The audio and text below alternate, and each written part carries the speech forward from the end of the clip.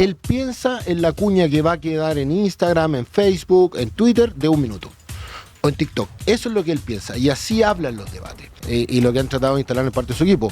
Si usted vota Kaiser, usted tiene Kaiser. Eso es lo que están tratando de instalar, ¿no? Que él en esencia es un tipo que no acomoda su postura y que no acomoda su discurso. No es lo mismo tener una segunda vuelta con Jara Evelyn Matei a tener una segunda vuelta Jara Johannes Kaiser. ¿Por qué no es lo mismo? El debate del lunes. Yo estaba preguntando por el formato.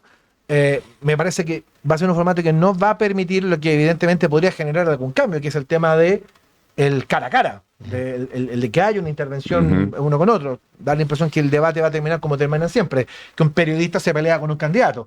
Pero, ¿qué puede ocurrir en ese debate que podría de alguna manera mover la balanza?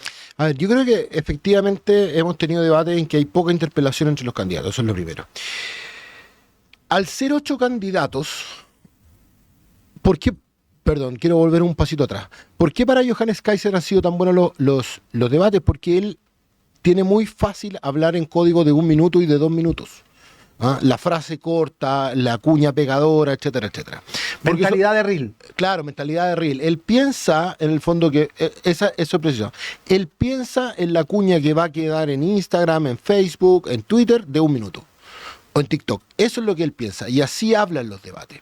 Y como hay poca confrontación y hay poco desarrollo de ideas, porque la cantidad de candidatos no te lo permite, él lo ha entendido así.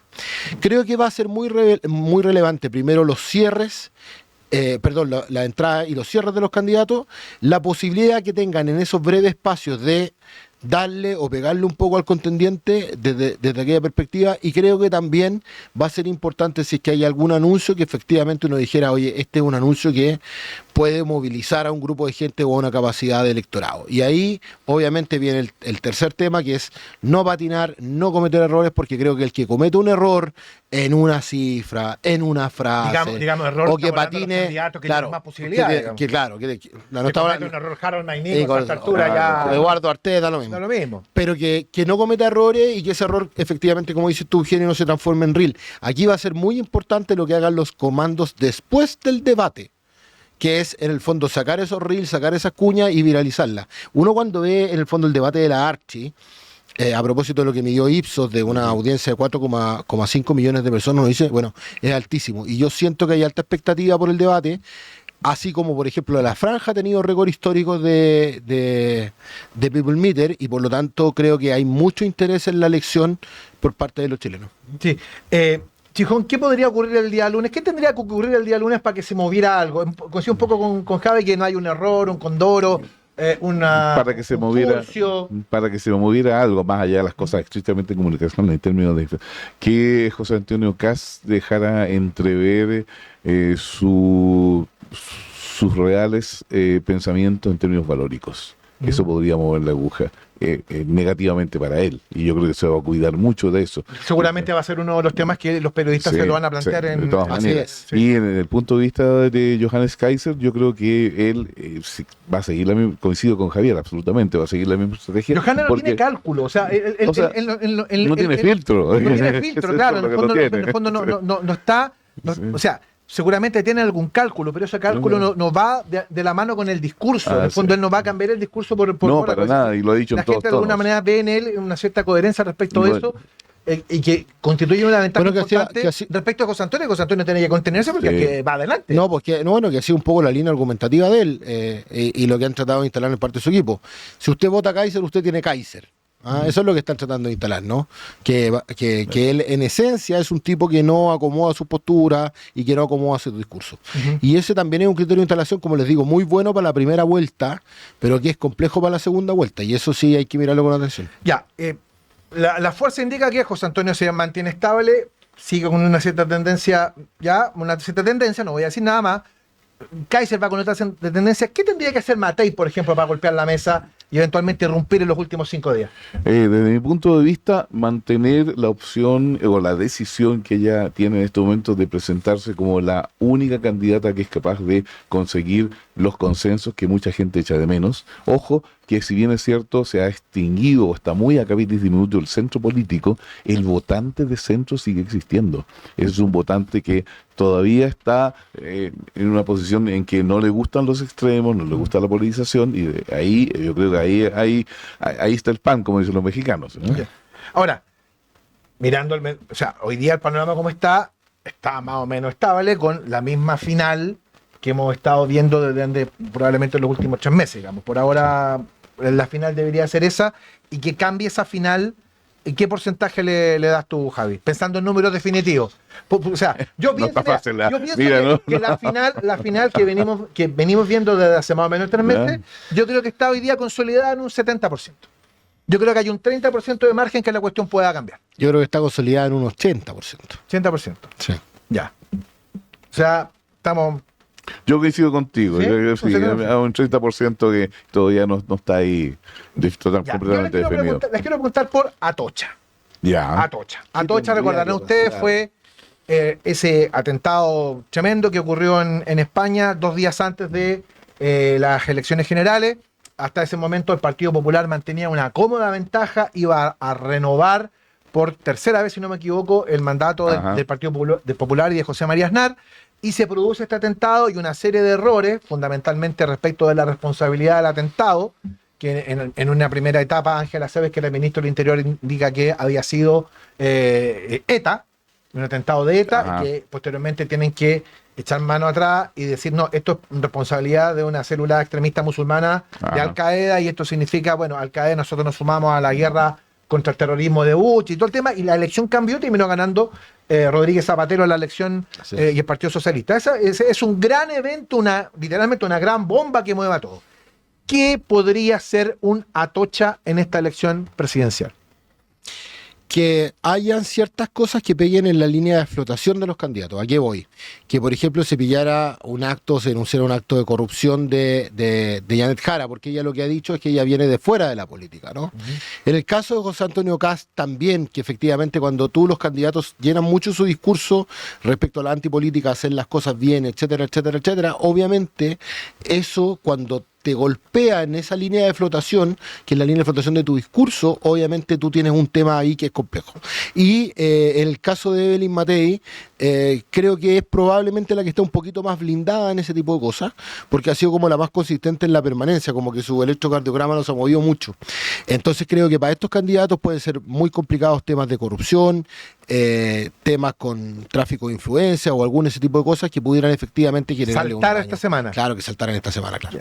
¿Y esas cosas pueden pasar? ¿Hay cosas que están guardadas y que pueden saltar a última hora o no?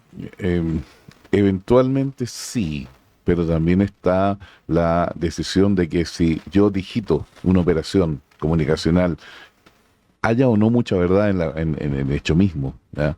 ¿A quién estoy favoreciendo?